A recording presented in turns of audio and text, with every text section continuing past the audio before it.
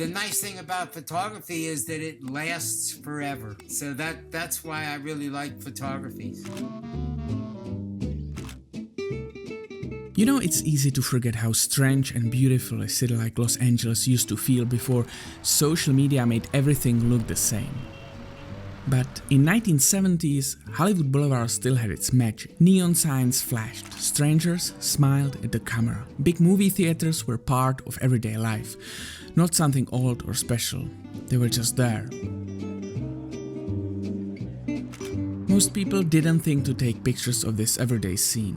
Not carefully, not like it mattered. But Ave Pildas did. I was working at Capitol Records as an art director, doing album covers. When I wasn't working on a job, I would go to Hollywood Boulevard and take pictures.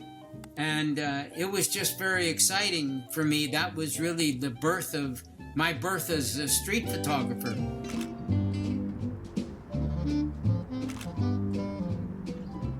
In the early 1970s, there was no street more interesting or full of life than Hollywood Boulevard. It was a place full of opposites, tourists and outsiders, dreams and broken signs. Big movie theaters stood side by side with old shops. Everything looked like a part of a movie, but it was real life happening right on the sidewalk. For Ave Pildas, who had just left his job designing album covers at Capitol Records, this street wasn't just a place to walk. It felt like a stage.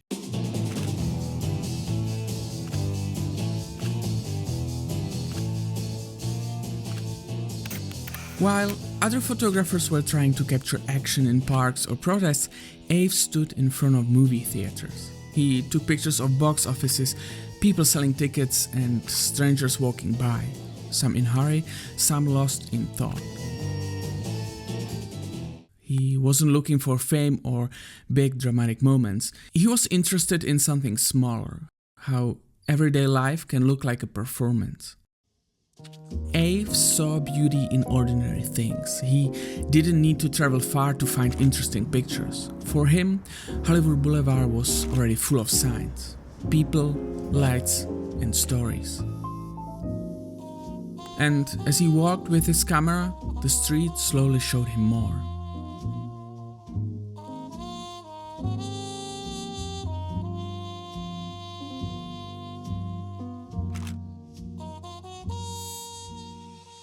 I pay attention if I see an interesting person coming down the street or coming towards me, or they're just standing around and I think that they would make a good photograph.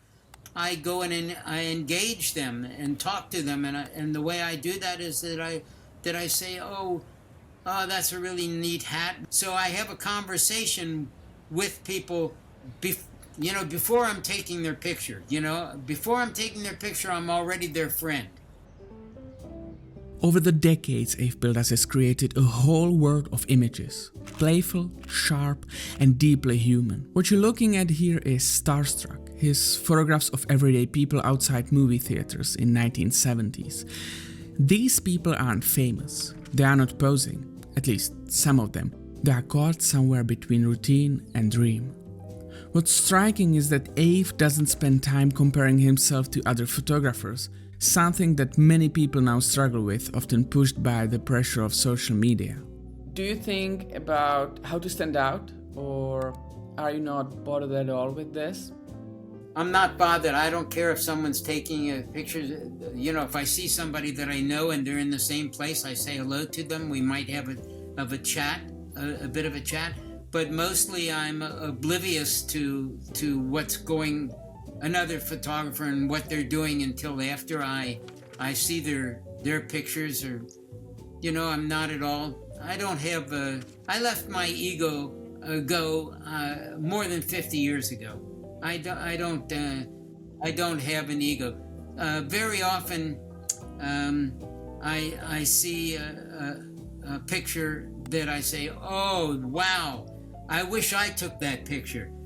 Because I think that it's an incredible photograph. So I say, I wish I took that picture. But I don't begrudge the person who took the picture. I think, and I often send them a message. And my favorite thing to say is, a good one, let's see another one, you know? So I'm complimentary to other photographers. Ave doesn't photograph to prove anything, not to compete, not to impress. He photographs because it's how he connects with the world, with other people and with himself. That might be what's most radical about Ave's photography. It doesn't shout, it doesn't chase trends. It invites us to slow down, to look, to appreciate something before it disappears.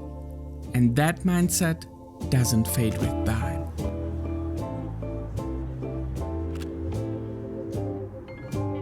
When people ask me, oh, why don't you're too old to do this and that, so I have a very positive view of life. You know, I'm a positive person. I would say I never quit. You can't quit. You keep living. Never give up. You can always find a workaround. There's no reason to give up. You know, if you really have if you really want something or you want to show something, you can find a way.